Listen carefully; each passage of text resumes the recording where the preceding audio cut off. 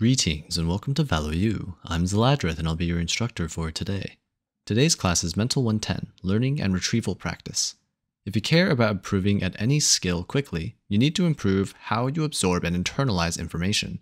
One can watch all the pro VODs and educational YouTube videos out there, but if you don't have a good system for how to interpret, understand, and practice the skills you're observing, then you're only improving at a fraction of the speed you could be improving at.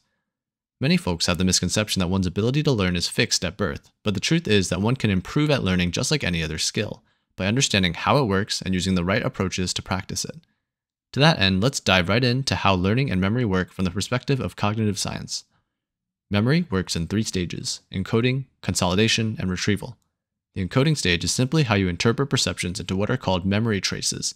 You can think of memory traces like quickly scribbled notes on a napkin that can disappear when you stop thinking about them. Listening to these ValueU videos is an example of encoding.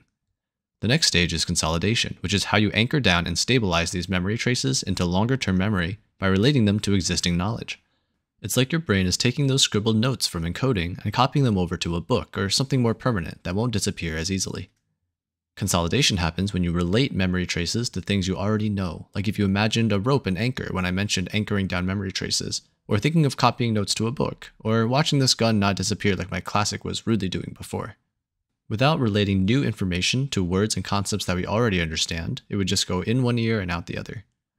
The last and most important stage is retrieval, and this is believed to be the most critical to long-term learning. Like it sounds, retrieval is the ability to recall memories, and the more you retrieve a memory, the faster and more reliable you'll get at retrieving it, meaning you'll be able to understand and apply it better. Maybe the first time your brain tries to find that notebook, it vaguely remembers where the book was and retraces its steps to go retrieve it. Or maybe the brain forgets where the notebook is, or finds that the book has mysteriously disappeared. However, when you force your brain to go back and grab that notebook again and again, practicing retrieving that memory, your brain will get faster and faster at it until you barely have to try at all in order to pull up the information, and it just becomes part of your knowledge, coming to you instantly. Note that just re-encoding information over and over again, such as rereading a textbook or rewatching a video, doesn't actually significantly help long-term memory, even though it feels like it does. Just like how cramming for a test might help for a test the next day, only for that information to evaporate a week or so later. It's the effortful retrieval that makes the learning stick, which unfortunately does not feel good or feel like it's having any effect, and thus practicing retrieval is an incredibly important part of learning. Retrieval practice is often talked about alongside the testing effect. The name is a little misleading, as people usually think of a test as an evaluation, but really this term is referring to how you have to use effortful retrieval to recall material that you're tested on. One of the simplest examples of retrieval practice and the testing effect is flashcards, and one of the most well-known ways to use flashcards is called the Laitner system. The Laitner system, or Laitner box, is essentially a box that contains multiple sets of flashcards. You start with all of the cards in the leftmost section of the box, and each time you get one right, you move it one section to the right. Each time you get one wrong, you move it back one section to the left. Flashcards in the first section are the most unreliable and are reviewed the most often, while the other sections are reviewed progressively less often.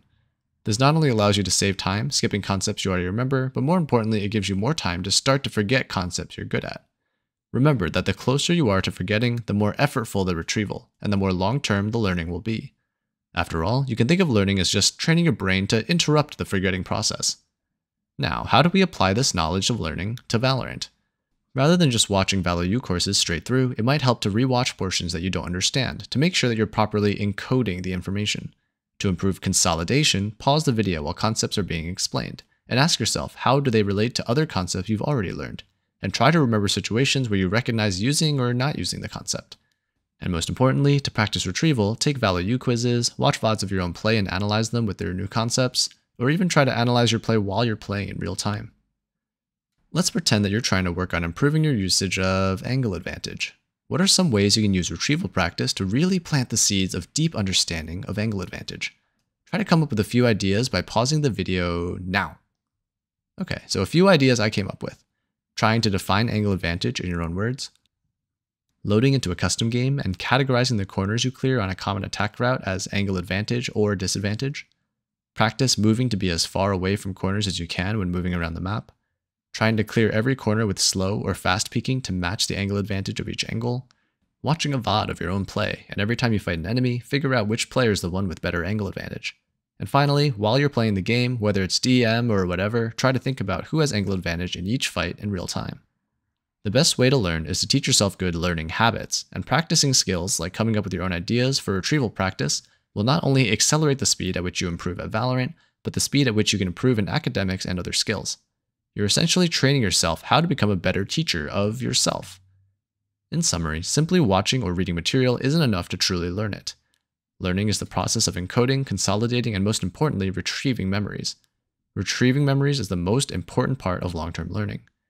A good example of the testing effect for practicing effortful retrieval is using flashcards following the Leitner system, and coming up with custom retrieval practice exercises for yourself will help you learn and improve faster not just at Valorant, but in academics and other skills as well. That's all for today's lesson. If you have any questions, feel free to reach out to the lecturer or the TAs in the comments below. Thanks for attending, and we hope you enjoy your stay here at ValoU.